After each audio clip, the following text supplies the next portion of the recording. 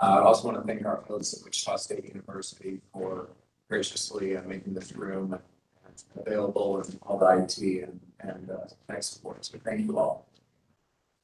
Just as a quick refresher, the SPARK task force is responsible for making recommendations on how to allocate and invest the $1.6 billion the state of Kansas has received through the American Rescue Plan Act.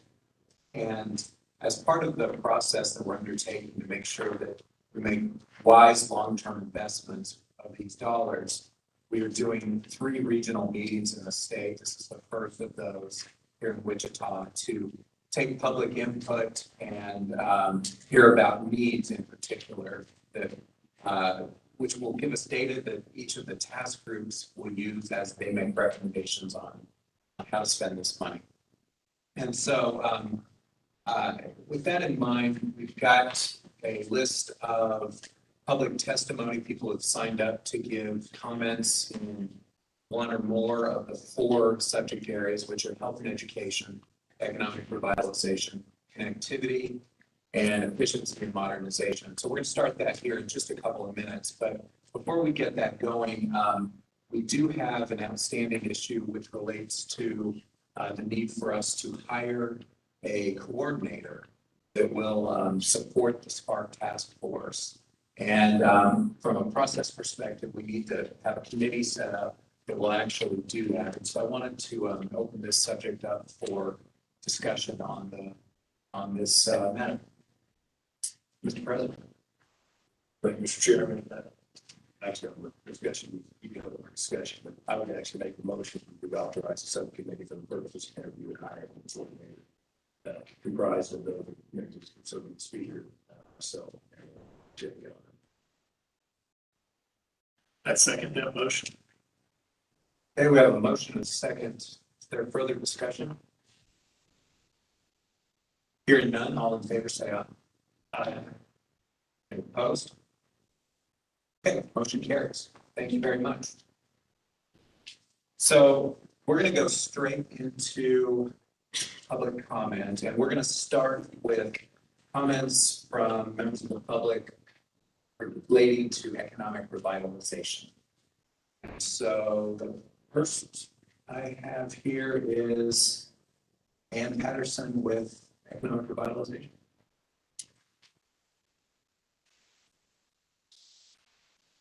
And if you would speak closely to the mic. Thank you for taking your morning to listen to us. I currently serve as a volunteer on the Kansas Habitat Homes Advisory Council, on the board of Wichita Habitat for Humanity and the National Habitat for Humanity Advocacy Council.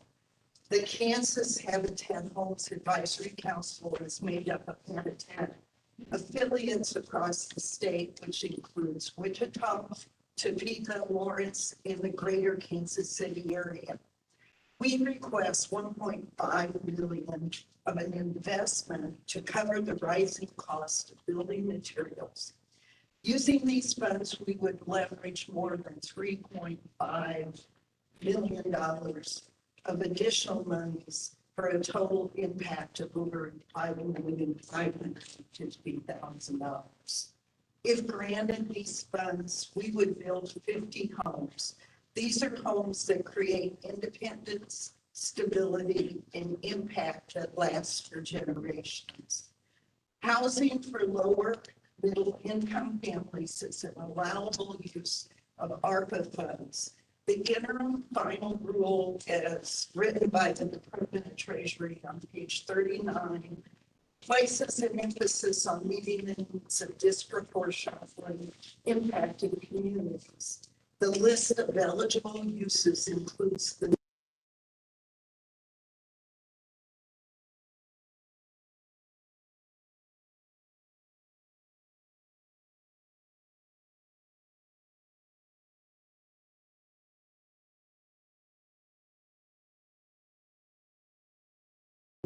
They include workers who prior to COVID-19 worked at businesses like daycares, hair salons, restaurants, retail stores, hotels, gyms, building cleaning companies, and travel call centers. Many were self-employed. Most lived paycheck to paycheck before COVID and continue to do so now. The challenges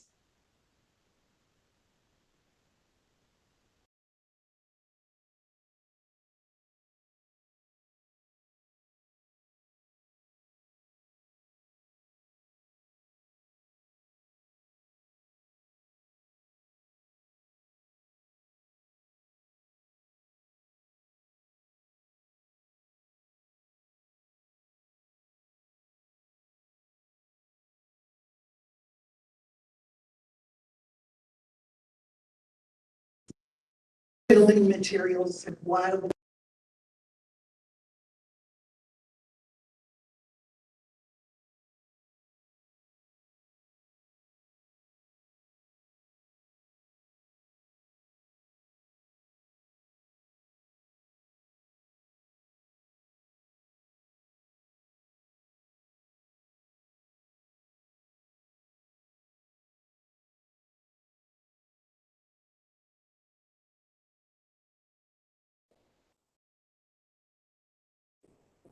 you all for taking the time to listen to your community.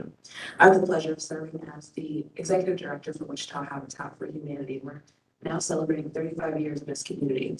We have over 17 affiliates across the state of Kansas, and so all of them are engaged in the work of affordable housing. It was kind of hard to consider what bucket to be in because I know we fit both health and education and economic revitalization.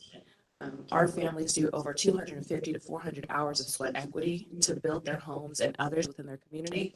Of those hours, about 40 hours are education, financial literacy. These families have the opportunity to not only learn how to build their home and community, but they have the opportunity to ensure they know how to take care of their finances and ensure that they're paying their mortgages on time. So it's important for us to ensure that you all know that not only are we building affordable housing, but we're also providing that education. Housing. The benefits of investing in affordable housing are widespread. They include a return of tax money to the taxpayers of Kansas.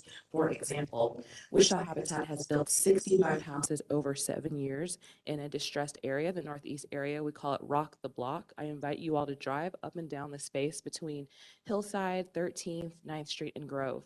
And you'll see block after block of new homes. Homes that have been revitalized. At one point in time, the community said that they thought that they were forgotten.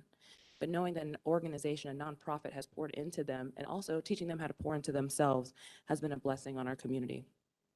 From construction, property taxes, and those lots were approximately about $6,000. Those houses have paid almost $60,000 in property taxes since being built. Habitat sells every house to our homeowner. We don't give away any homes. Oftentimes that's a misnomer. They all pay their mortgages and we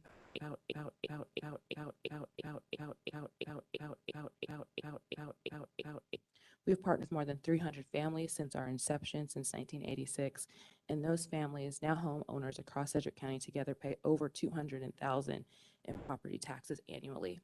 Our hope is that you all will invest $1.5 million back into our communities to continue the growth of home ownership. What we know is affordable housing is an issue across our community.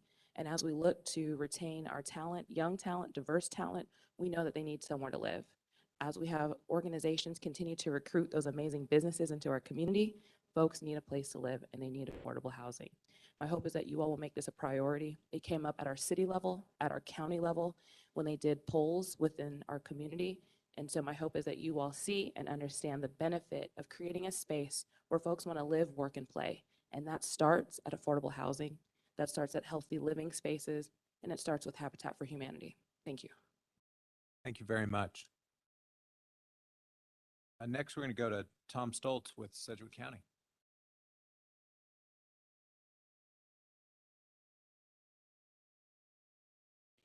Thank you for the invitation this morning, Tom Stoltz with Sedgwick County.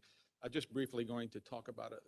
This is our second time around too in the county, like Spark with we practiced with the CARES funding, and now we moved to ARPA. The county did some online surveying of the community all the way from May 20th through July of this year, and focused on 6 areas of arts, culture, tourism, community health, business workforce, and economic development. education, childcare, and local government. And then we also had another committee that just looked at miscellaneous items, so we didn't miss any gaps. Through all of this analysis, we came to 4 needs that Sedgwick County and the region are experiencing. First is small business and nonprofit assistance, and there was 3 subcategories there. One was safe operation. As you're all aware, we're still have the virus out there yet, so they need testing, vaccinations, personal protective equipment at the small business and nonprofit level. They're also looking for operating support grants, which we did with CARES funding, and we'll probably do so again with ARPA. We have numerous workforce challenges. Small businesses need newly skilled workers. They need to be able to pay a higher wage. They need additional technology and training to expand on retail capacity. And then they need 2 quality of life issues. They need expanded and accessible childcare services and adequate transportation. And this is outside of the 8 to 5 Monday through Friday spectrum. This is for shift work, especially second and third watch. There seems to be no childcare or transportation issues in the region. The second major component was mental health services. As you are aware, we continue to struggle with mental health services in the region, and COVID has made that actually worse. Economic and financial stresses, personal health stresses, isolation, housing instability, and personal grief where people lose members of their family to the virus. To make matters worse, there are staff shortages with clinicians and caregivers in this capacity, so we need some assistance there. And Sedgwick County is looking at a mental health campus or many other types of strategies to deliver this service in a different manner than we historically have. The third issue was community violence matters. This again dealt with housing instability, domestic violence, substance abuse, all on the escalation after COVID or while we're dealing with COVID. And then finally, we met with Sedgwick County cities. We have 20 other cities in addition to Wichita and Sedgwick, and they were all interested in a braided funding model addressing issues of water and sewer, and of course our broadband capacity within the region of the state. So thank you again for this opportunity. It's important that we work together as cities, county, and state this time and take advantage of it. Thank you. Thank you very much. Next, we have Jeff Fleur from Greater Wichita Partnership.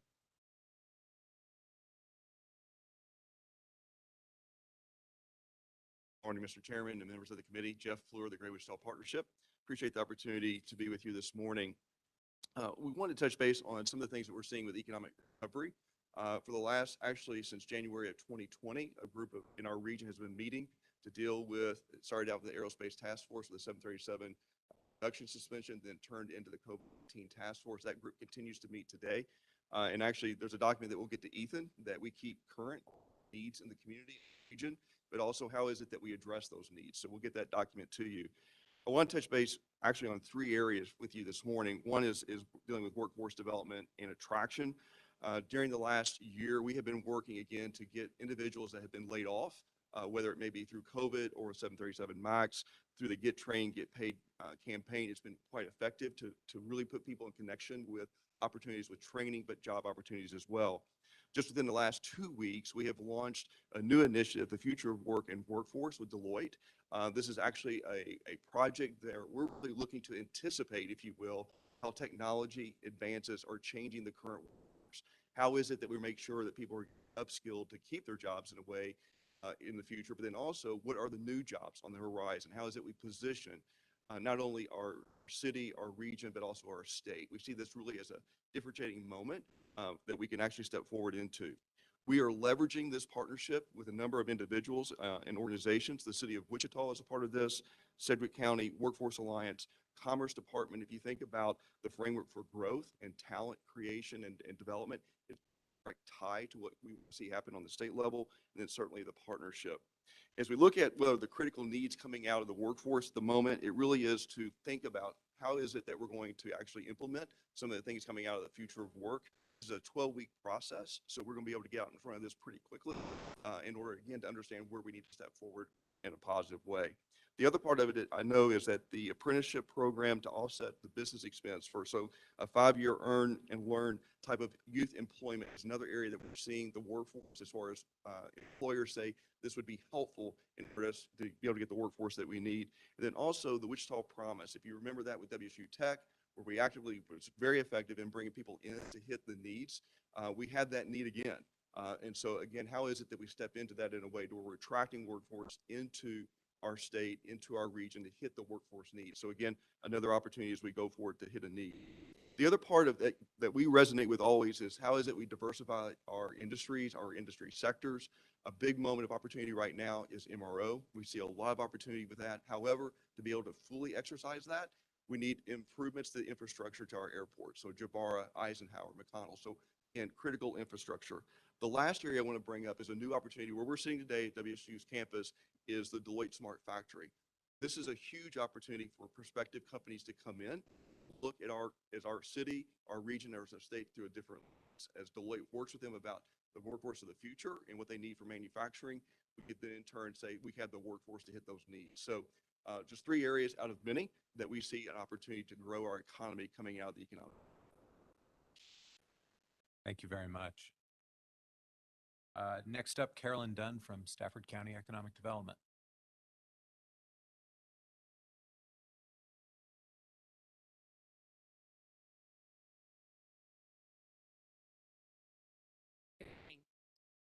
Thank you for the opportunity to be here. I am Carolyn Dunn from Stafford County Economic Development. Less familiar with that part of the state, population 4,200, about 90 miles northwest of here.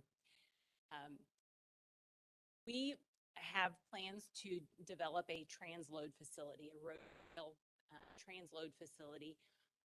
Have already developed the legal framework of the Port Authority, and the state of Kansas in round of Spark generously provided for that entity to receive legal costs and engineering costs, making this a shovel-ready project.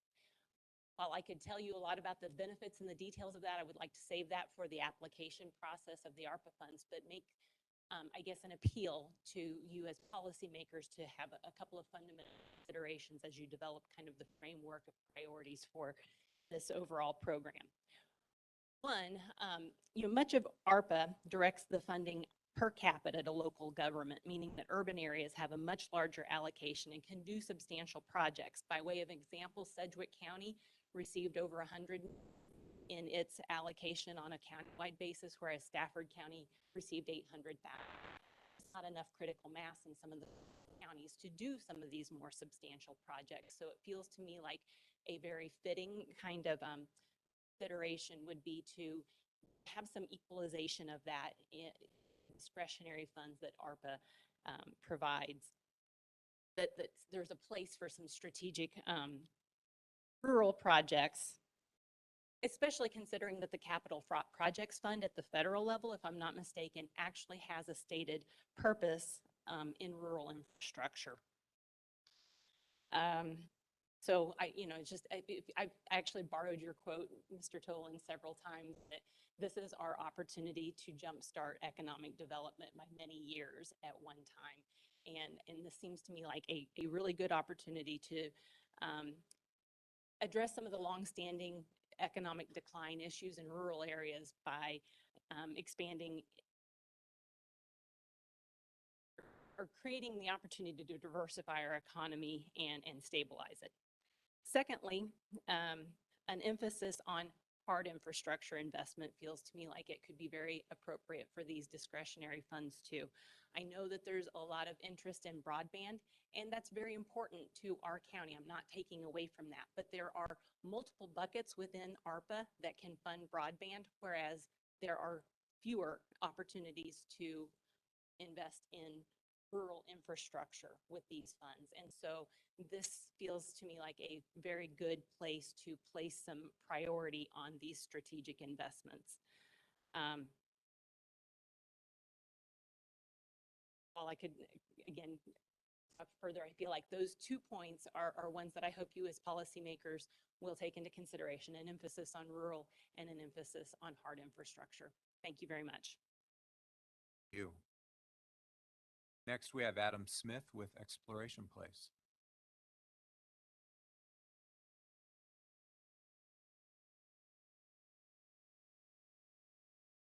Everyone, thanks for the invitation and the opportunity, and thanks for listening. I I wanted to speak not just on behalf of Exploration Place, but the museum sector in general. You may not know there are more museums in the United States of America than Starbucks and McDonald's put together. We have more than 200 here in the state of Kansas, and like my colleague from Habitat, it's difficult to know which bucket to speak to today because, you know, we do a lot in terms of tourism and hospitality and travel, but museums like ours, we invest huge resources in education, childcare, Exploration Place right now, we're spending $1 million on a healthcare exhibit to help educate our community about health. The pandemic has affected museums quite substantially. Most of us are predominantly indoor attractions, and we've this whole period of time where people was. It's hurt our membership programs. It's broken the habit of visitation. It takes a long time to rebuild things like that. Frontline staff are very difficult to hire for us right now. It's very difficult for organizations at our level to compete financially, pay rates. If I want to get one thing across to you this morning is to think about volunteerism, just in the museum sector, but across all nonprofits. I personally feel lifetime working in the sector that my deepest concern is the effect the pandemic's had on our volunteer base. We rely heavily on seniors to volunteer for our organizations, and they are not coming back. So as you think about some of the things you might do, that might be a place you could help, not just my organization and museums, but there are so many organizations in the community that rely upon volunteerism. I haven't actually seen any reporting on just on how bad it is, but from our organization's point of view, we're about 20% of volunteer rates that we were seeing prior to the pandemic. It's not coming. So, again, I appreciate the opportunity just to give you some awareness. As we are trying to do as an organization is look to the future, and again, from a lifetime in working in museums, new product, something to show people there's change, there's something progressive. Exploration Place on a destination playscape. We take a property that we use as a regional tourist attraction to build the successes of our organization. So, stay into. Thanks. Thank you very much. We have several people who have signed up to give testimony on multiple topics.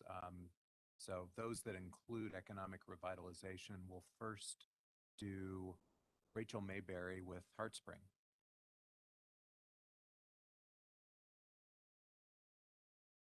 Good morning, and thank you for this opportunity to speak. My name is Rachel Mayberry. I'm Senior Director of Public Policy and Communications at Heartspring. Since 1934, Heartspring has served the Wichita community. We have approximately 500 employees. We serve about 1,000 families with children who need therapeutic educational supports, birth to age 21. We are a nonprofit. We serve children and families from all over the state of Kansas, as well as our region, our nation, and internationally.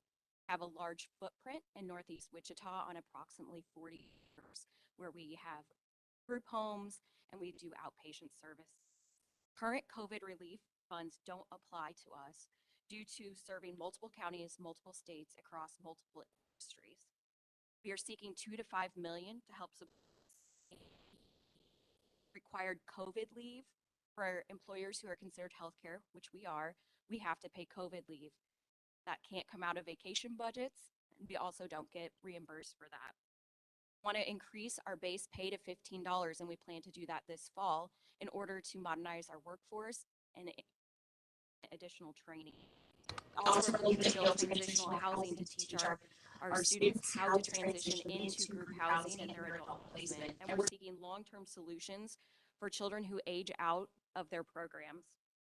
We're looking to modernize our healthcare and our education services throughout the community, our state, and our nation. Again, we're requesting 2 to 5 million is what we're looking to apply for when funds are available. One story recently on how we serve the entire state of Kansas. We have partnered with an organization out in Dodge County or Dodge City who cannot find the workforce to help support their children.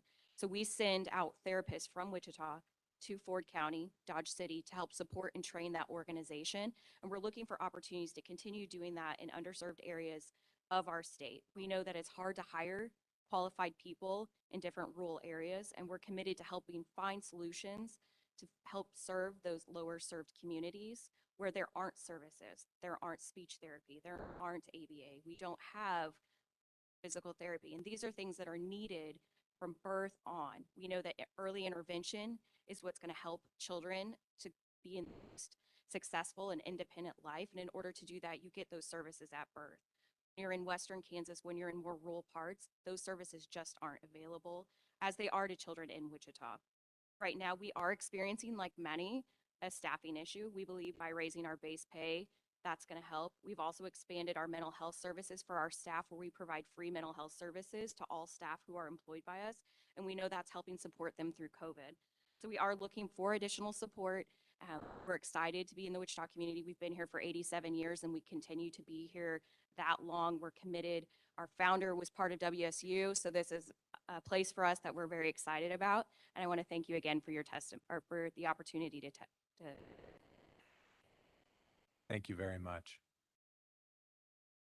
Next, go to Michael Monferrante from Envision.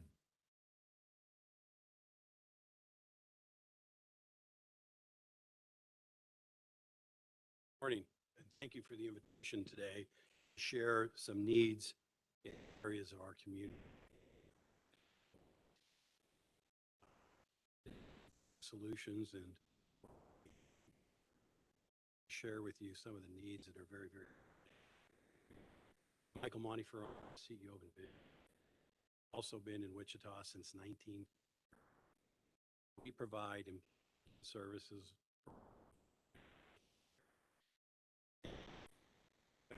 Look at what's happened to the disabled region.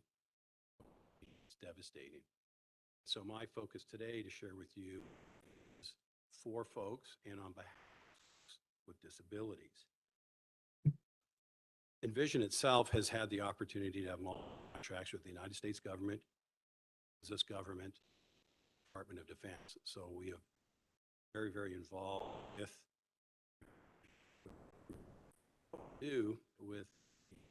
margins that we make from our manufacturing business is we mobilize them into services for individuals who are blind and other disabilities.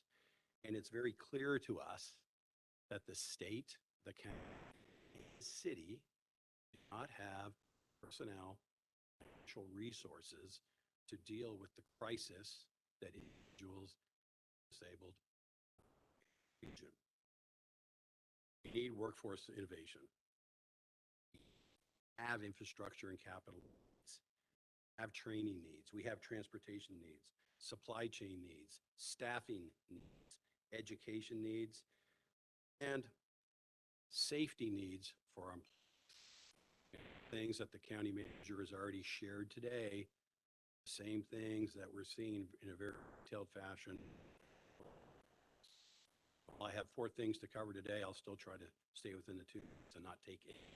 But connectivity, education, healthcare, and development all wind in, and we've heard already this morning how the decision is they do cross over. So integration is going to be key here in terms of some of the solutions that we're going to need to, but funds are needed to ramp what we've shared this morning up. Forward to being a part of the solution, the rehabilitation centers and services that are suffering, child development is suffering right now. Workforce training is stalled employment is well over 70%. Region and continuous learning is suffering. That will all have long-term impact on our state. This is a great opportunity to reverse the trend now. So thank you for the opportunity. Look forward to being a part of the solutions and look forward to that next step where we have the opportunity to share solutions in the areas that I've shared today. Thank you very much. Next, we have Jane Burns.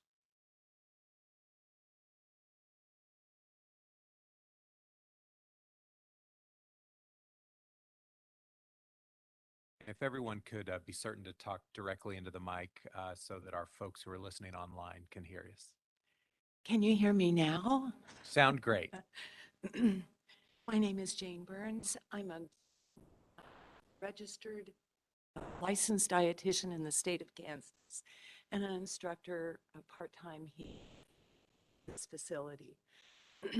I belong to a great number of civic and social organizations, and I'm not speaking on any of them in particular.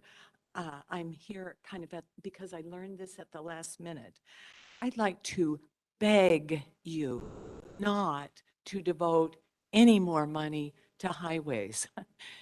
They benefit those folks who fly, those freight trucks that fly through our city and our state. And I'd like to recommend that you spend this money locally to benefit real folks. I'm going to echo many of the subjects already suggested.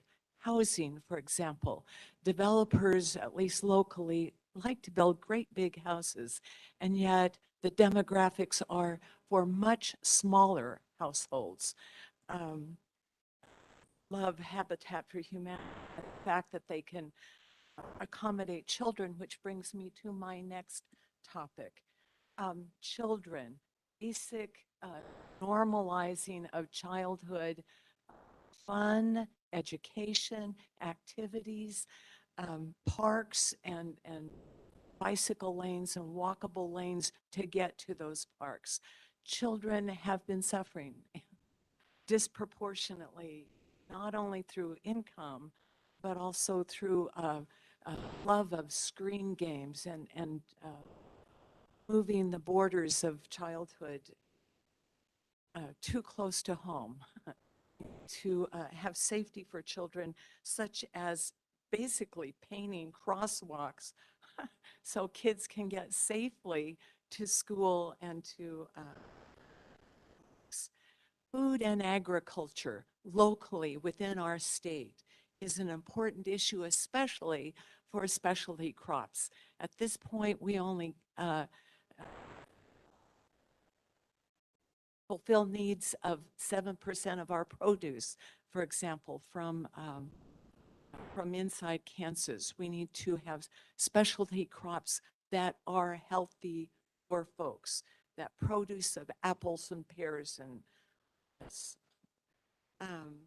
we need to enable wellness with parks and green spaces and normalizing nature, again, with children.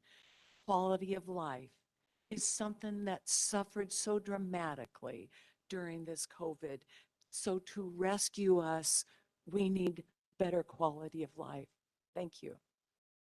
Thank you very much. Next, we have Senator Faust-Godot.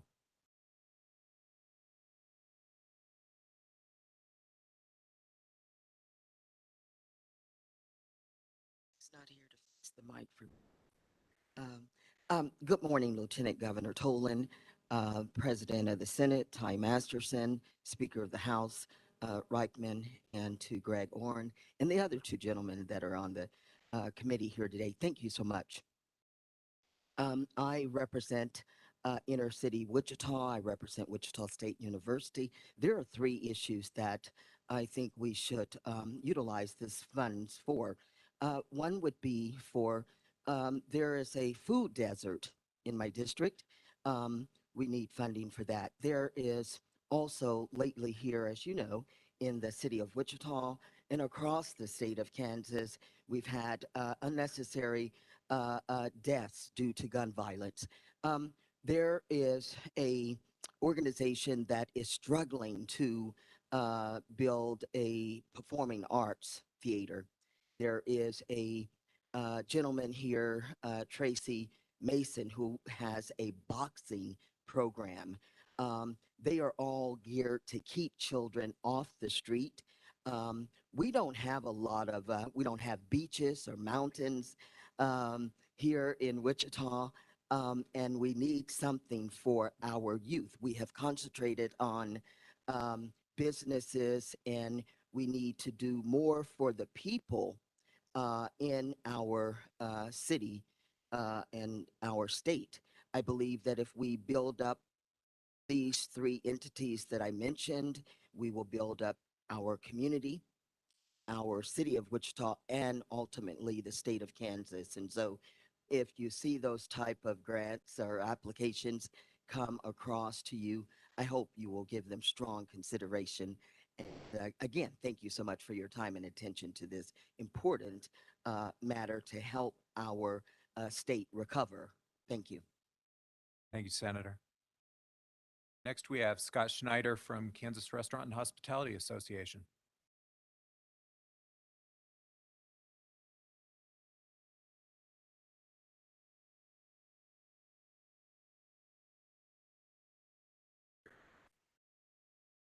Very speaker. And Mr. Warman. I appreciate the opportunity to come before you today. We've had a long session. Restaurant and hospitality sectors had a long half. While we were deemed essential, we were also told to restrict our business. While we were offered several things, we want to say thank you, whether it was the Hire Fund or a small bit of the CARES Act. Those pieces all helped. But even today, we're getting calls from restaurateurs who didn't benefit from any, who weren't first in line, who didn't take from any of the government programs.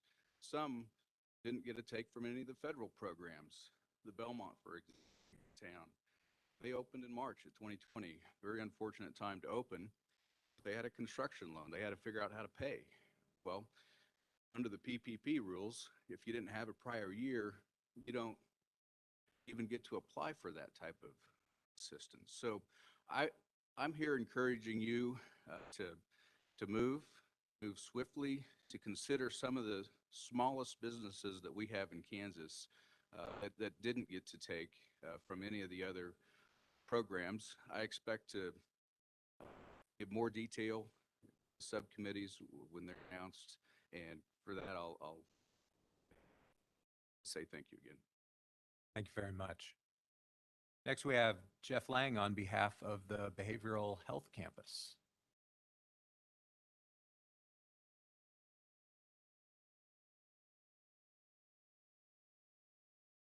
Good morning, all. Appreciate all that you do here and serving on this board and willingness to do that. Many faces that I recognize here over time. My name's Jeff Lang. I am a business owner and a driver of opportunity here in Wichita and across campus, the state of Kansas. Don't mind, I'll read from a few different notes here just to make sure I cover all the topics in the 2 minutes. We are creating a behavioral health campus, and this campus will be in the Crossgate district of Wichita. Crossgate district is a 13 square mile area of the city, which has not had economic investment over the last 3 decades. So we're driving multiple different things there, from social needs to business opportunities. I want to introduce to you here today Jeff Lawrence and Matt Tannehill. Matthew is our new employee who is a full-time executive director of this behavioral health campus. Jeff Lawrence has been with us for many years and is full-time helping us drive this activity as well here in the Crossgate district. We will be having a 70-acre campus here. This will emulate a lot of the activities that are going on at the Haven for Hope in San Antonio. As many of you know, there is a huge need in homelessness and mental health situations. Those have escalated due to COVID, and we feel like this is a timely opportunity for this campus to become reality. And we have reached out to many nonprofits here across the state, and many now are starting to join us. One notably is right down the street here on 21st Street. Health Corps will be the first facility that moves to this campus. Teresa Lovelady there, the CEO, is just a marvelous individual and driving many great activities. I hope she gets an opportunity to present to you later today. We have support from the county and the city. We have multiple investors that are also lining up to support this opportunity. There's a need to bring the collaboration of multiple nonprofits together. And so the opportunity there is to help them physically improve their real estate and the functionality of their services. And so through those private investors and other support of financial opportunity here, we can bring that collaboration together to really create a world-class project here. We expect this project to be in excess of a $500 million investment, 70 acres over the next decade. If you've been to Haven for Hope, you know that their problem there is facilities, but they have a fantastic operation. So therefore, they have worked in collaboration with us to bring their operation, emulate that here in Wichita. We will be dealing with drug and alcohol addiction, homelessness, all issues surrounding the mental health world. We will be taking care of individuals from intake through recovery and to long-term self-sufficiency. We will have an education and research component, collaboration with KU School of Psychology. And of course, we are working with the state of Kansas here to work with their needs in the state mental health hospital. We appreciate the time that you've given us here to present to you today. We feel like this is an economic opportunity, a social, a health opportunity that we're driving. It's very significant, and for you to award something to this cause would certainly be greatly appreciated. We appreciate your time. Thank you very much. Matt, I have you on here to give testimony, but okay.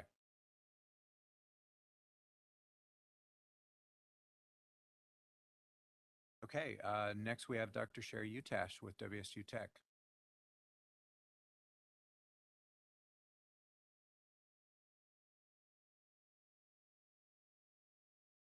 Good morning to all of you, and thank you for your service on the Sparks Executive Committee.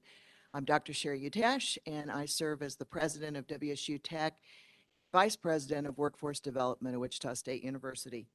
So I want to talk to you just a little bit this morning about a snapshot of what it looks like for regional manufacturing and the workforce in Industry 4.0. If we look at all different types of manufacturing, aerospace, transportation, machining, agriculture, food production, sustainability, and energy, we've seen a 22% loss in jobs from March 2020 March 2021. Those jobs are coming back very quickly. Another factor of all of this is a fourth of the workforce that are in those industries are eligible to retire in the next 10 years. The other thing is that we know that the largest number of these positions require an associate degree or less. We have critical workforce needs. I'm not going to tell you anything you don't already know, but I do want to remind everybody that in the 2020 Kansas Manufacturing Solutions Survey, 46% of companies said that finding a workforce was their biggest issue. That same report done in 2021 states 90% of companies are having that issue. July 2021, the number one unfilled manufacturing job in our region was maintenance mechanic, 17 openings. Today, mechanical and machine learning have the largest skill gaps for job openings versus candidates in manufacturing jobs all across South Central Kansas. In the framework for growth, it states manufacturing is the sector with the highest share of activities that can be automated. We need to prepare our manufacturing businesses for digitalization and prepare our workers for manufacturing jobs of the future. So let's talk about what that looks like, Industry 4.0, and what that need is. 1784, we had Industry 1.0. 1870, we had Industry 2.0. 1969, we had Industry 3.0. Today, we have Industry 4.0. It's going to soon surpass to 5.0. What is that? What does it mean? It is the transformation of operations to create production efficiency, product customization, improvements to speed to market, service effectiveness, and a new business model creation. And those technologies include connectivity, advanced analytics, and automation. So Industry 4.0 is integrating industries at different rates. But we always think about manufacturing, but there's other occupations other than production that are going to do this. IT, cybersecurity, cloud computing, data analytics, building automation, smart factories, logistics and transportation, which will include drones, sensors, electric, and autonomous driving vehicles. So how does WSU and WSU Tech impact this?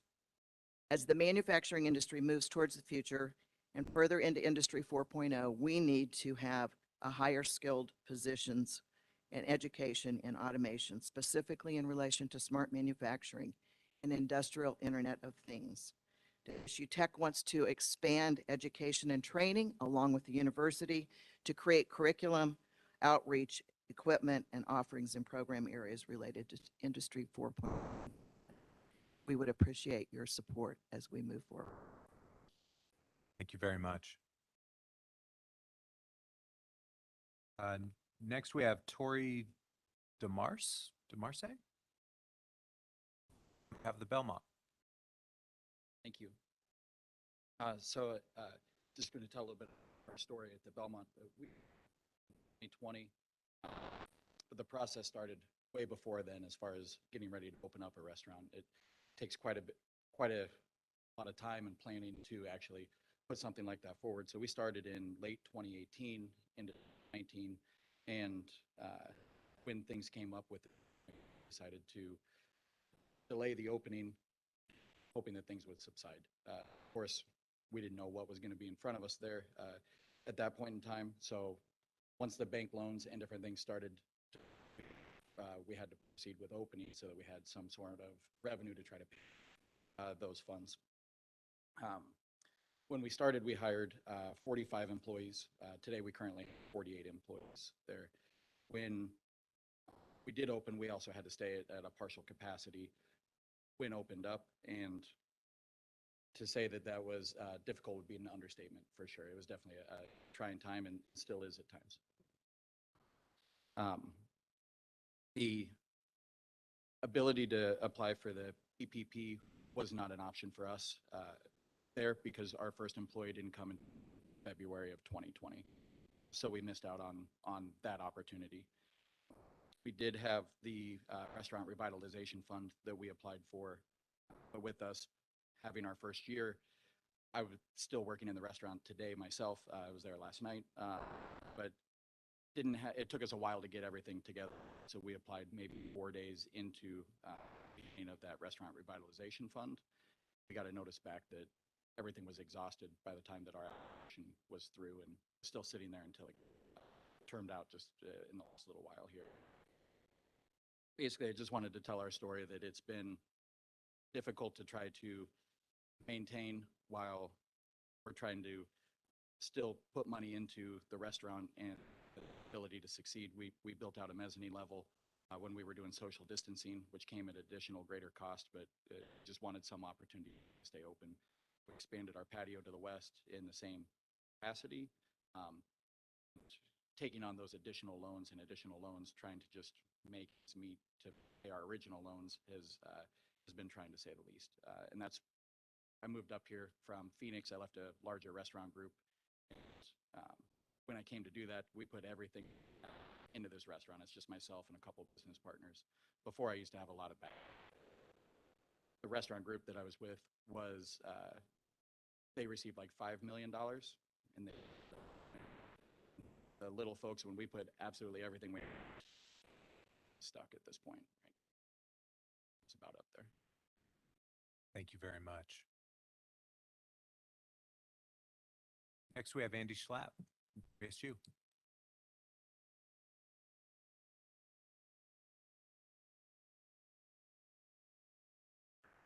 Thanks for coming to WSU. Appreciate you.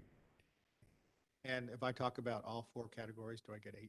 Because it's pretty good stuff I'm going to talk about. But really 5 things that I want to talk about, and Dr. Utash talked about. One is talent. We look at Kansas and we look at the first industrial revolution. During that time, about 3% of the U.S. population lived in Kansas. And in 1890 to 1910, that was the peak. We've been losing population as a percent of the U.S. every single since then.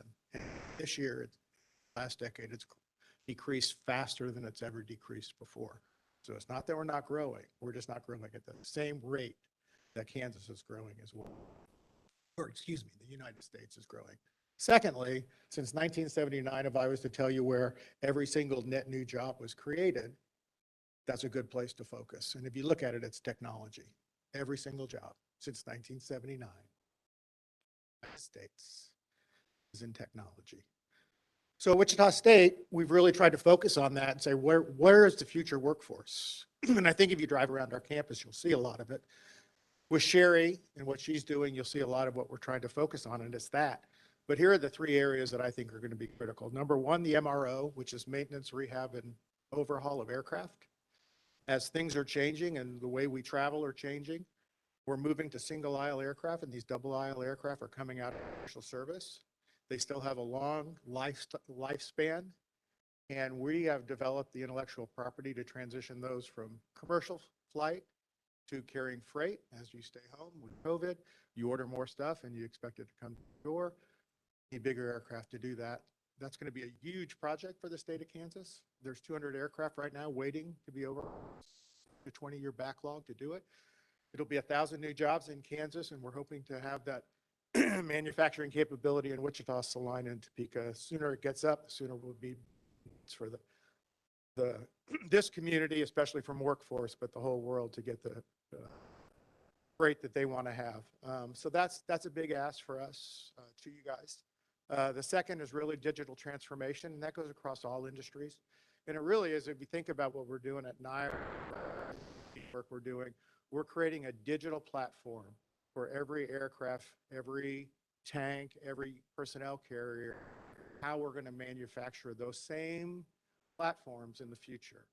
That applies, then that can go across everything. You think about oil and gas and ag, precision farming, and all of that. Digital transformation and digitization and the intellectual property and all that is going to be the foundation of every single job that people are going to have going forward.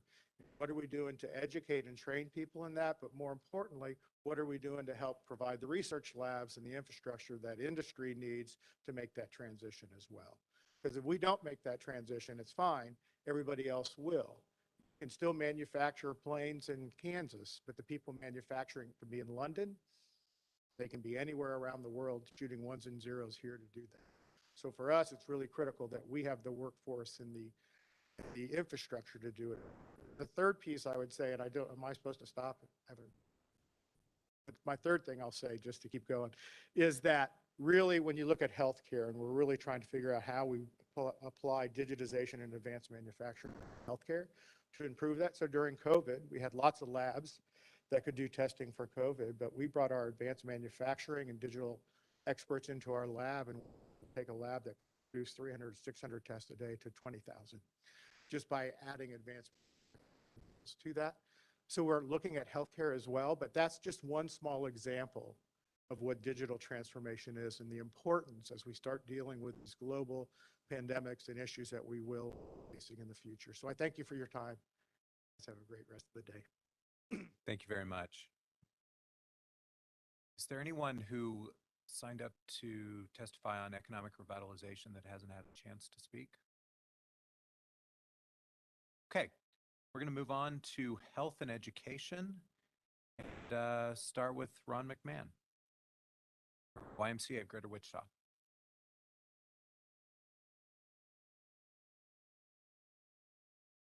Thanks, guys. Thanks for the opportunity. As like everybody said, I think this bleeds into economic development as well. But the YMCA, Greater Wichita YMCA, our mission is to strengthen the community. We do that with healthy living, youth development, social responsibility. But the point I want to make is that we focus on prevention at scale, right? Programs that there's lots of great programs that are for small groups, but we think about youth sports, right? We've got thousands of kids in youth sports because you know that keeps them healthy. Our childcare, we're the largest provider of childcare, so the early education, before and after school care, those are the things that we do as the YMCA to make our biggest difference. And in Wichita, about 1 out of 3 folks in our community are members, and 3 out of 4 kids are in at least one program at the YMCA. So a couple of opportunities that we see as we all know the pandemic hit, our kids really, really strong, especially in education.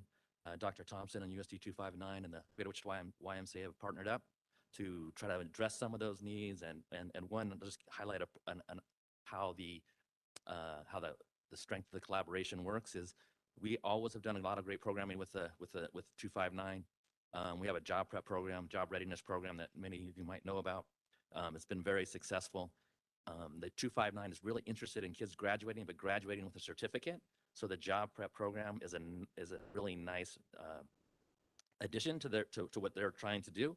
And now instead of, we're basically going to 8X that program, right, by working together. So the idea that we think is the idea to be funded, I guess, is the idea of collaborating with 259 and the Greater Wichita Y in a big way. Secondly, during the pandemic and right before the pandemic, Bill, remember this, we started a program called YMCA 360, which is where we would bring the people, places, and programs of the YMCA to life digitally. So we've created a mobile app, web and a TV app, as well as an in-studio product. And during the shutdown, that we actually shared that across the country to every Y in the country, and within 2 weeks, we had several million viewers. So again, this is where the economic development also bleeds with this, is we think we can bring healthy living all across the state of Kansas. So every YMCA in the state, not just Greater Wichita Y, but Salina, Topeka, et cetera, all have access to this, but everybody now can receive healthy living programs, whether that's, healthy living programs, STEM programs, camping, everything the YMCA offers, we can now bring that all across the state. And so we think that's a really big opportunity to scale that, not both across the state, but also, why wouldn't Wichita sort of drive that for the entire country? And right now we're in 80 markets across the country. And so we'd like to continue to grow that. And that is another great opportunity for us to use these funds. So appreciate your time. Thank you. Thank you very much. Next, we'll go to Harold Casey, Substance Abuse Center of Kansas.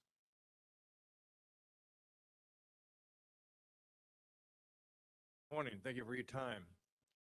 Executive Director of the Substance Abuse Center of Kansas. I'm also a member of the Mental Health Substance Abuse Coalition County.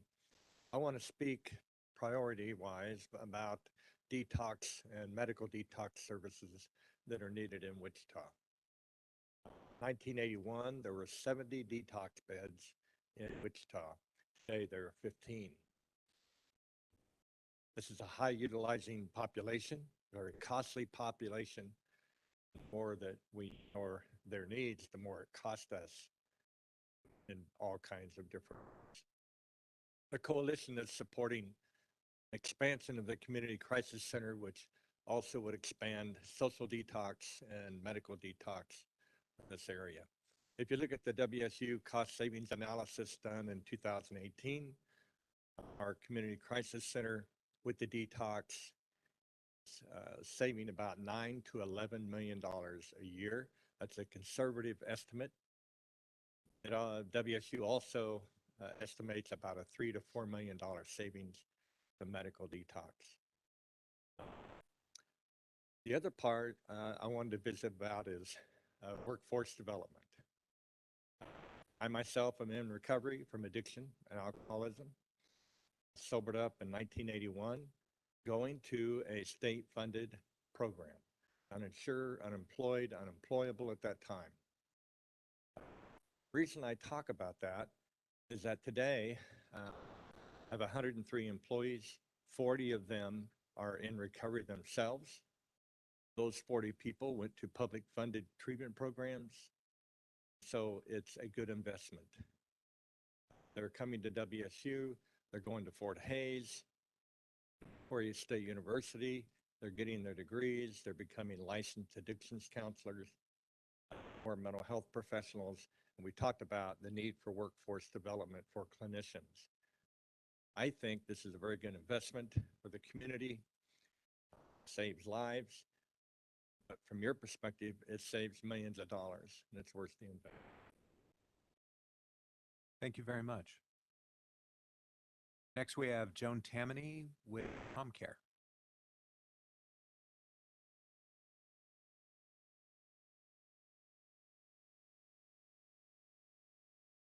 Good morning. I'm Joan Tammany. I'm the Executive Director of ComCare, the Community Mental Health Center here in Sedgwick County. I'm going to echo much of what Mr. Casey just said. ComCare serves those in crisis, those with severe and persistent mental illnesses, and youth with serious emotional disturbances. And over the past couple of years, the people we're seeing are coming in with higher degree of struggle and substance use needs. They're waiting until they're in crisis to seek services, no different than people seeking medical care, going to the hospital rather than primary care. We're lacking outpatient medical detox in our community. That's a critical need, but we also have critical staffing shortages. Funding to implement medical detox is an ask, along with consideration for scholarships or incentives or tuition reimbursement or other things of that nature to retain employees currently in the workforce serving in safety net clinics and more importantly, building the workforce in the pipeline for those coming up and who will continue to serve in our centers. And I'm including safety net clinics there when I speak of community mental health centers and substance abuse provider agencies. We've lost a lot of workforce during COVID because our workforce is no less immune to COVID than anybody else and are struggling with their own mental health issues. And they're going into work that's much easier. So we really need to bolster the safety net clinics in order to assure that people who are underinsured and uninsured continue to have access to quality services.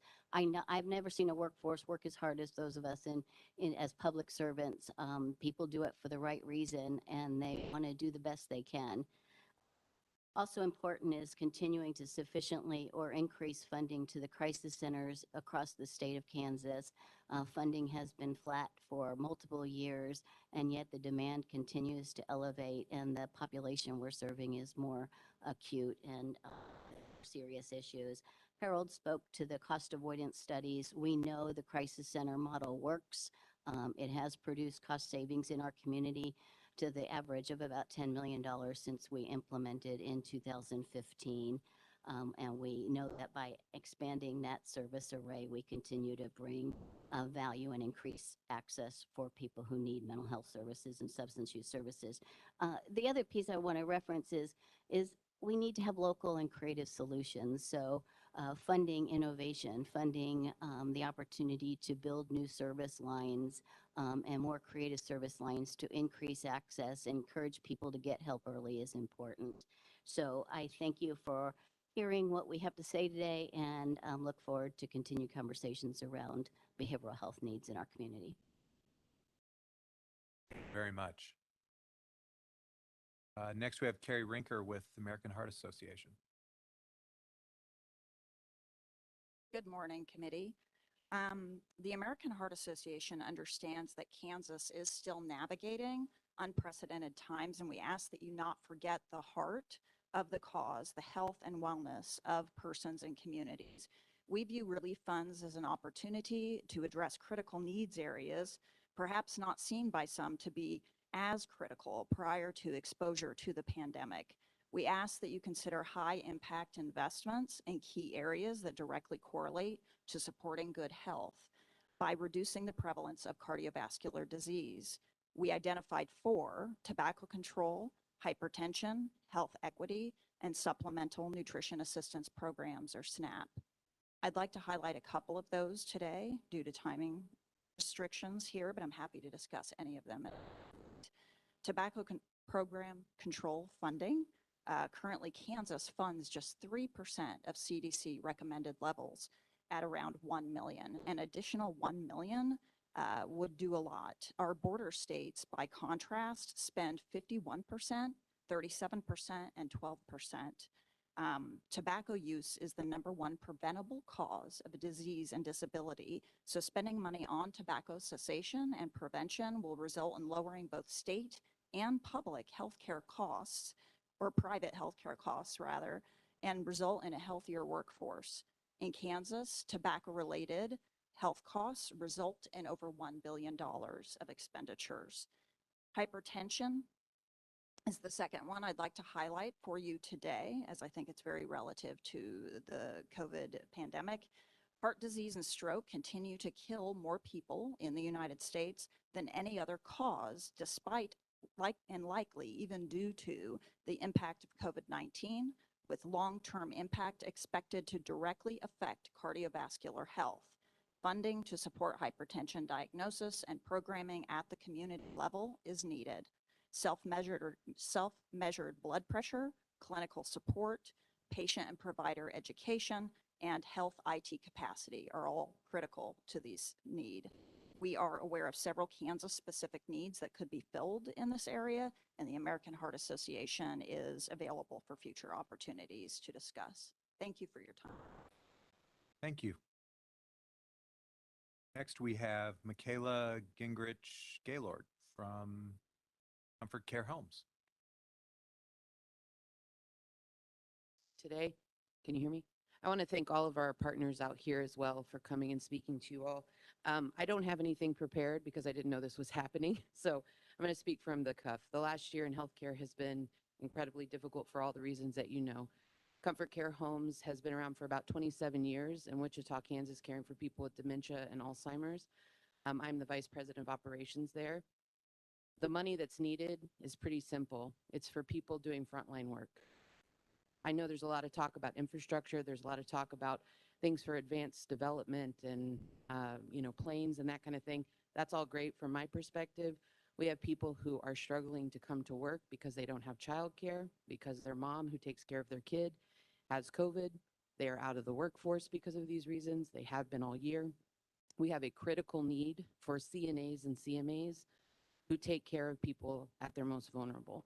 The pay that the struggles with wage equity that we've come against, we can give people raises, but there's a welfare cliff that people fall off of. We just did a 25% increase to our wages, and we have caregivers who are leaving because they make too much to continue the benefits they need to care for their children.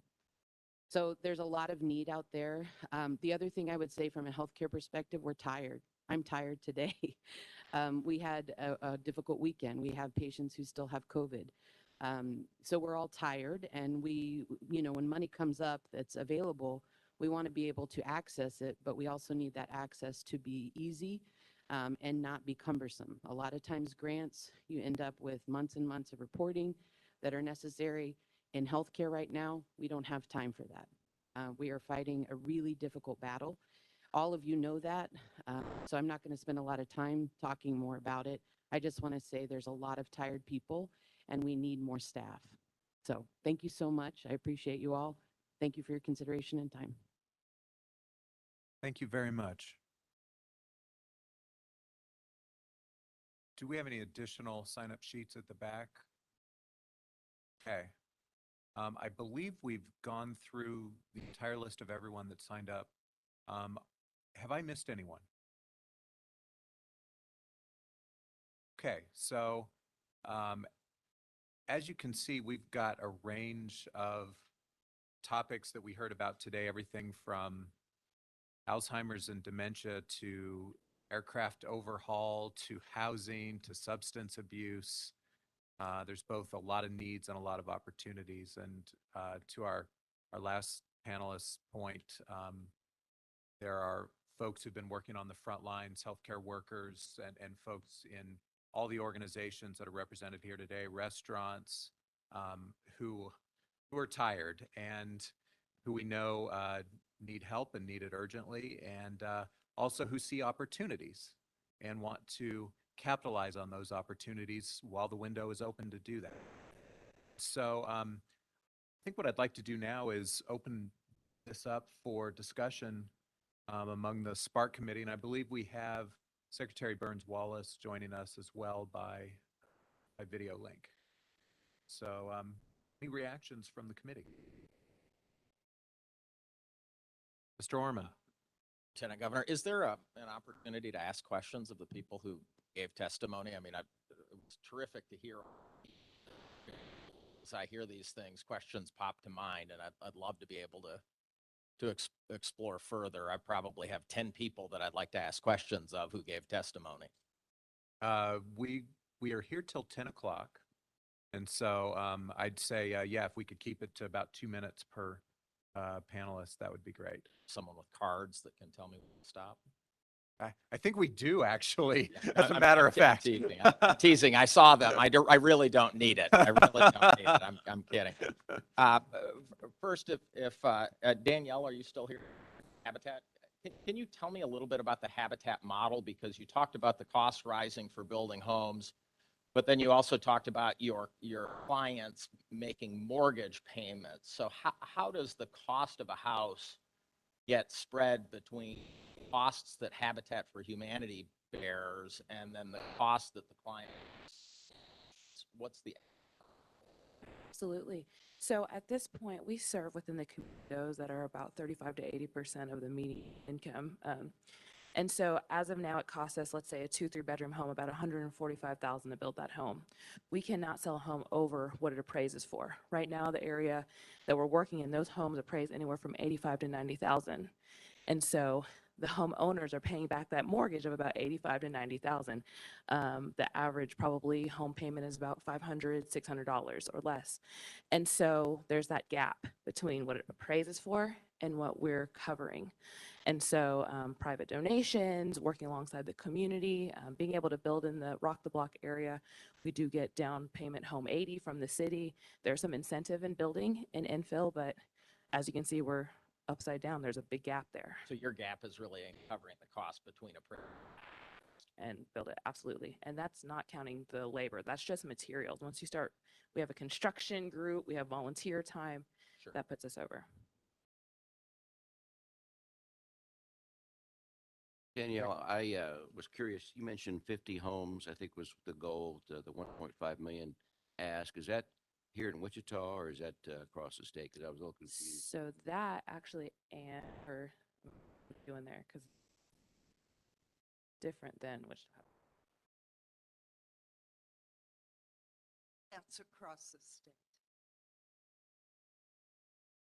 17 affiliates, the state. Obviously, the big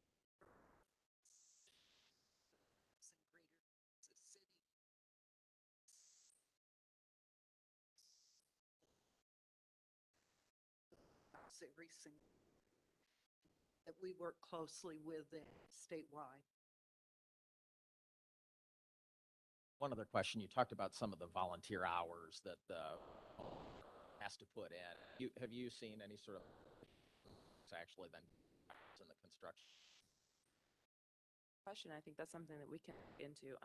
I know I can put a floor down much better now that I've been through some of the processing classes. So, and every one of our homeowners is currently in. So, like last week or a couple of weeks ago, we heard from one gentleman who worked at Pearson Construction, and he was working 17-hour days, and his wife was helping do the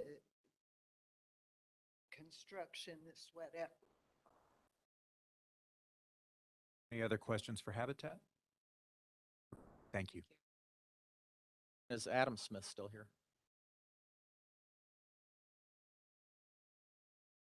With Exploration Place? See him. Anybody in the nonprofit space, there was some discussion of volunteerism being way down. Seniors, sort of principal supply of volunteers. Any perspective on what you would do to fix that? I mean, is that a fixable problem? It was mentioned as a problem, but I'm wondering, to what extent is that a fixable problem? And if it is, what are the ways for fixing it?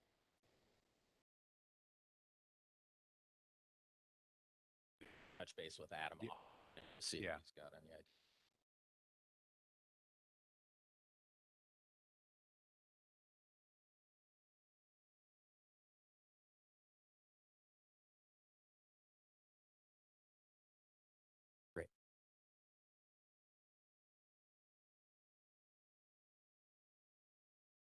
volunteer workforce, but want to increase that. And one of the reasons we haven't been able to elevate that is because it requires pretty considerable training and education to manage a psychiatric crisis. And so for us, workforce shortages has been a challenge. So we just need to get more people on board so that we can increase that capacity.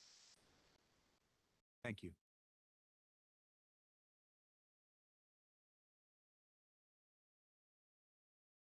Yeah, Mr. Pickard? I was going to ask a question of Mr. Fleur.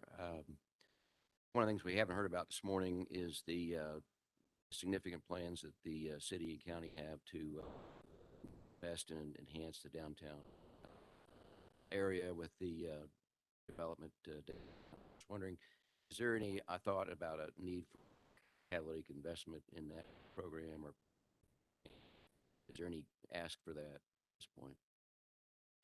Jeff Fleur again with the Great Wichita Partnership. Mr. Pickard, where we are with the city and the county is we certainly have partnerships with them on a continued basis. One of the things that done over the last decade with the city and the county is a strategy on downtown's redevelopment. It's termed Project Downtown. That particular initiative, because of the strategy and the partnerships, to really utilize public investment strategically. Analytic fashion, we've seen over $1 billion of investment. $750 million has been private. $250 million has been public. So there's been a great leveraging of those assets. We are looking at the continued development of our downtown always. I think anytime you talk about talent, from a retention or attraction, quality of place, a distinctive place, authentic downtown for the region as a state as well is really important. So we continue to look at the riverfront and also downtown to continue that development as it goes forward. Certainly Exploration Place, Adam Smith was talking about what they're looking at is part of the riverfront development, and certainly continue to that area. Convention Center, performing arts, and so forth are still issues that we continue to push forward on. We are right now, as we get out of COVID, looking at the market dynamics to understand truly what the opportunities are, working with the city and the county and in the private sector, how is it we continue to move that forward in an aggressive manner? Because as we know, cities, states around us are doing that. And it really, as you come back to talent, it is a talent retention and attraction strategy that we're.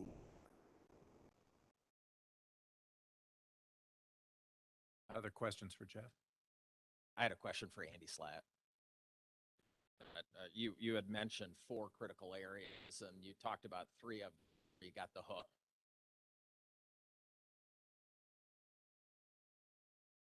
University, so math is a strong point. So, it was 5 points. And so really the first point was the population trend.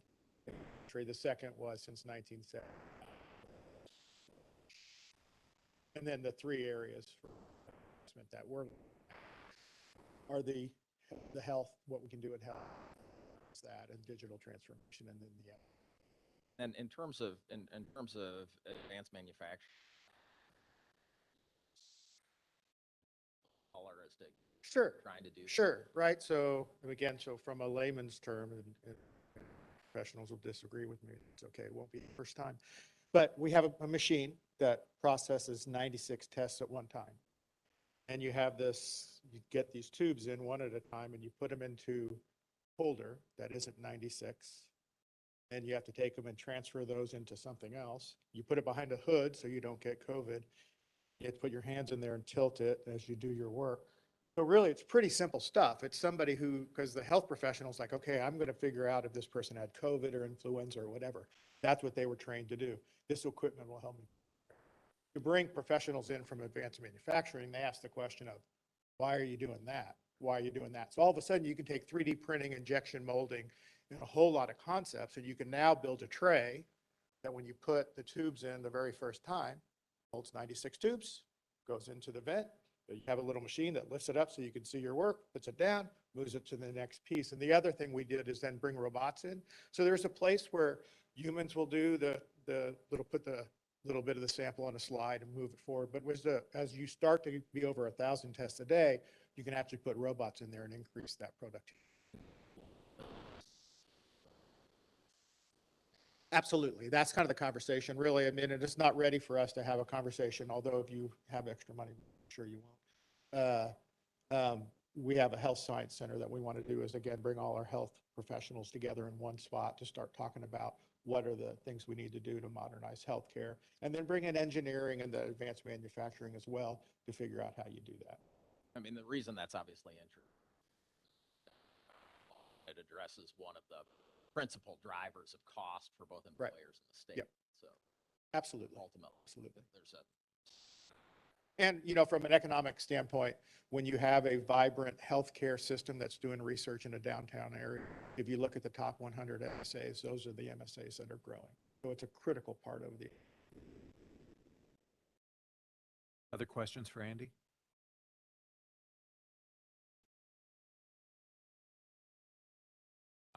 Ron McMahon leave, or is he still? Yeah, I thought I saw him leave, and I think I saw Harold Casey. Did Joan Tammany stay? Could you speak a little bit?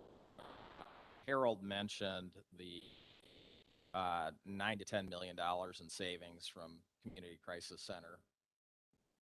Mentioned as well a similar amount for Crisis Center fund. Have the ability to talk about here. Yeah, the Public Policy Management Center here at WSU has done multiple cost avoidance studies since we opened the Crisis Center here in Sedgwick County in 2015. And every year it reflects that having the Crisis Center offset costs to the sheriffs, the detention facilities, the hospitals, and most critically, the state hospital system. So those are accounting for the costs of bed days that would have been utilized if we didn't serve them through the Community Crisis Center at any of those facilities, as well as the manpower needed to serve those if it was done on the street with a law enforcement interaction. WSU has that. We have, I have them too, We can send them to somebody. That'd be great.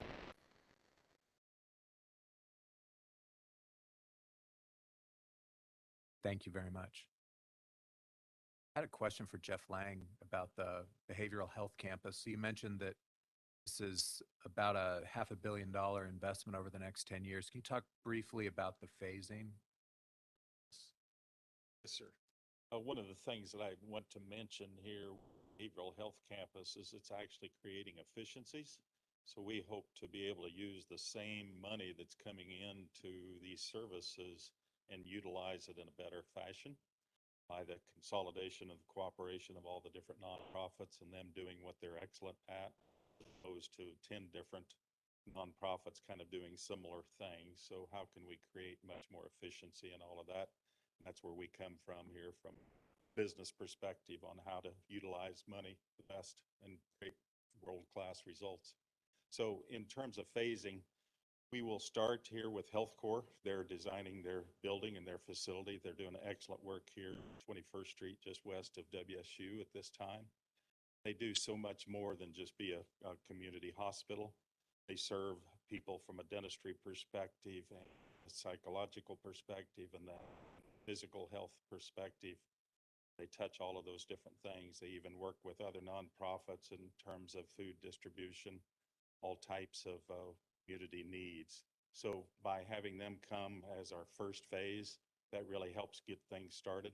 We're working together with one local church there and some additional space that they have to utilize facilities. So again, we're trying to maximize our dollars rather than just spending money on this project. How can we lift up this community and use some resources that are already there that aren't being fully utilized? Those are kind of the things that will be in phase two.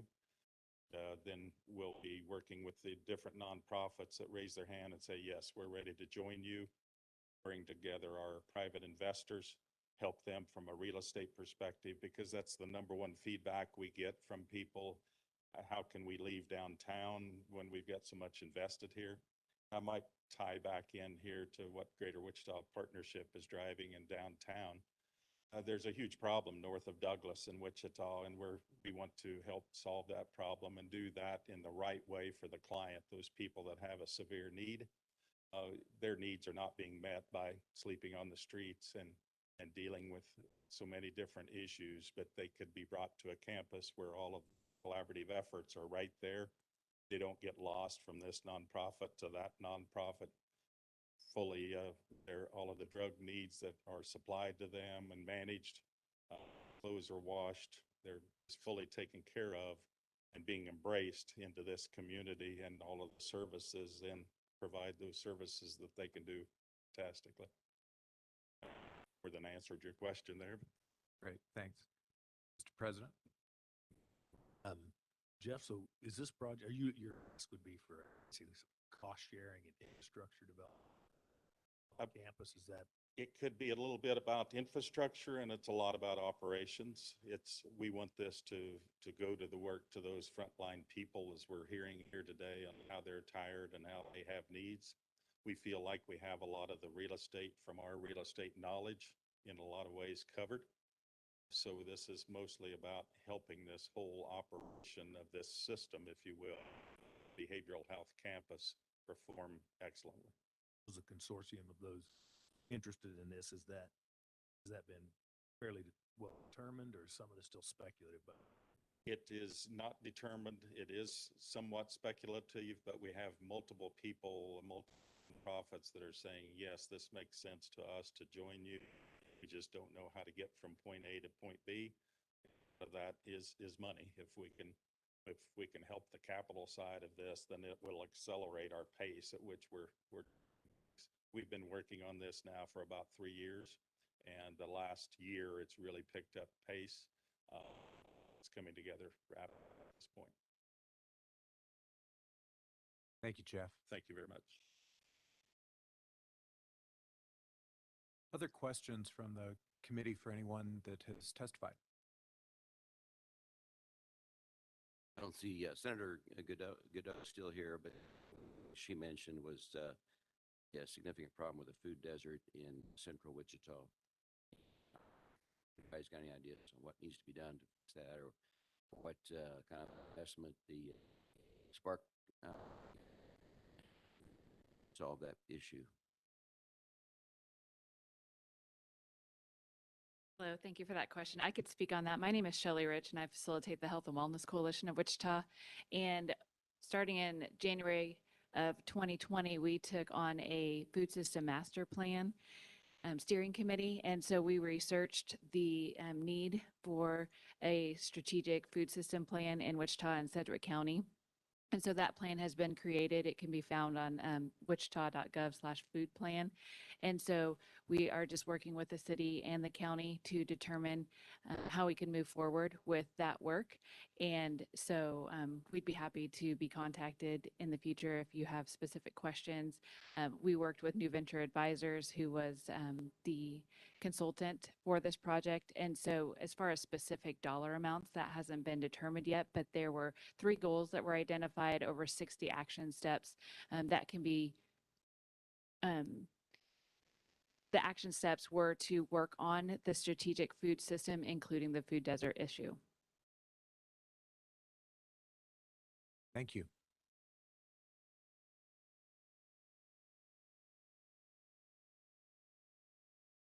Other discussion points? Mr. Speaker. Thank you. I just have some general observations and comments, reaction from the panel. So for just kind of feedback, how I see this working, how we talked about is we're looking for opportunities for one-time money, not for ongoing expenses. Last thing we want to do is create a problem 2 or 3 years from now when this money's gone. I heard the word cost avoidance. If there's funding for that, definitely something we're interested in. But we truly have a once-in-a-lifetime opportunity to look back 10 years from now and say, look what we did for our state, all the areas we're discussing. But know when we say yes to something, we're saying no to other things. And so when you do present or have your organizations present to different subcommittees, things that I'll be looking for and talking to our members about is what other local match is coming with that money. Is the county or city, some of their federal funds, be part of that? Economic development projects, how much is still coming from private investment as well?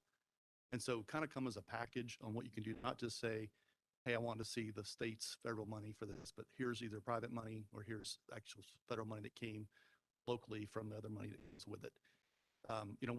We joked about this kind of being Hunger Games situation. I think it's more of a Shark Tank, so we can call this Spark Tank. And we've got Mr. O'Leary right here, your Lieutenant Governor, to,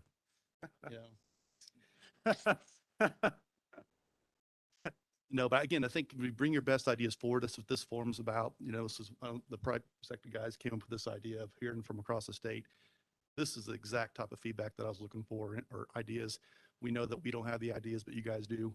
But just know that your ideas should and do compete with whatever sector you're in, competing with other great ideas across the state. Thank you, Mr. Speaker. Other comments? No, I would actually echo what Speaker Reichman said in terms of what we're trying to accomplish here is to make sure that we make investments that are catalytic for the state, that fundamentally 10 years from now we look back and we say we really made a difference in people's lives through the investments that we made. And I would just commend everybody that came here today, testimony, and share the things that are really important to you and extension important to Kansas. And so I appreciate that. I've spent a fair bit of time working with various charitable organizations, and when you give a contribution to a charitable organization, everybody seems so grateful for it. But the reality is the people who are all the work ultimately in cases accepting pay far less than they'd make to improve the lives of people. And so I commend all of you for coming today, for talking about things we can lives, and for everything that you day in, day out. Thank you, Mr. Orman. Mr. Roll? Yeah, one of the things I've been thinking about, and this is in relation to this, is I think it's going to be easy for us to fall into kind of an appropriations mindset around this money too, and that's just another way to say it. The catalytic nature of this thing is going to be really, it's important for us to say that all our meetings across the state, and I'm glad you guys are continuing to make that. That's all. And I want to thank my hometown, being up, showing up, and telling the stories this morning too. It's important, and folks that drove in from out of town too, it's important. So thank you for showing up on short notice and giving of your time to share what's going on. I would echo that. Thank you very much to the people of Wichita, South Central Kansas, the larger region, for coming this morning. This has been exactly, I think, what we had hoped for, which is to get this kind of input about needs and opportunities. And so we thank you for being here early on a Monday morning and starting your week with us. For the committee members, we want to do a brief virtual meeting later this week to take care of a couple of housekeeping items, including making appointments of chairs to committees, task groups. And so we'll be reaching out probably later today, scheduling going. If there aren't any, yes, Mr. Orman? Just one other question. Do we have a listserv interested in the Spark process? There's a lot of folks who showed up today who I suspect would like to know what's going on a basis, and I would suggest that if we don't serve and ultimately get people's email addresses so that we can provide them updates if there are additional opportunities to provide input, etc. I think obviously by showing up here today, you show a lot of interest, but I've heard a couple of people say didn't know what was happening last minute, etc. And I'd rather not see that happen. Also a little bit confused as to why the vast majority of the men sat on that side of the vast majority of the women sat on it. This is like a junior high dance? So if we could set something up like that, I think it would be helpful. Absolutely. And and 2 points on that. First, for those who are watching online who might like to give testimony, you can email that to Ethan Belshie at Ethan, E-T-H-A-N .s as in Sam .Belshie, B as in boy, E-L-S-H-E at ks.gov. So please spread the word. We want to gather as much testimony, as much input as possible, to Mr. Orman's point. And then Alicia Johnson-Turner from the Recovery Office may have some information about other means Yeah, if you, anyone that's interested in the recovery newsletter that we send out every other week, you can sign up for that at covid.ks.gov. And up on the right-hand corner, there's a contact us page, and you can just ask for your email to that list. And so we provide information about what all is happening with the Spark working group, as well as different programs and things like that updated on the Frontline worker program, et cetera. So. Thank you. And to Mr. Orman's larger point, as the work groups begin to meet and knowing how much overlap there is across the 4 areas, it's going to get pretty complicated. And so I'd ask everybody on the executive committee to be thinking about different means of communication, how we can ensure that we're getting the word out, but more importantly, that we're able to take input through mechanisms that are easy for the public. We don't want to make it hard. We don't want it to be that you have to come up and do formal testimony in order to be heard. So we want to be as inclusive and as transparent with this process as we possibly can. So please be thinking about that. And I'd ask the recovery office team to also be thinking the same subject. So without further ado, ask for a motion to adjourn. So moved. Second. Motion is second. All in favor, say aye. Aye. Aye. Thank you very much.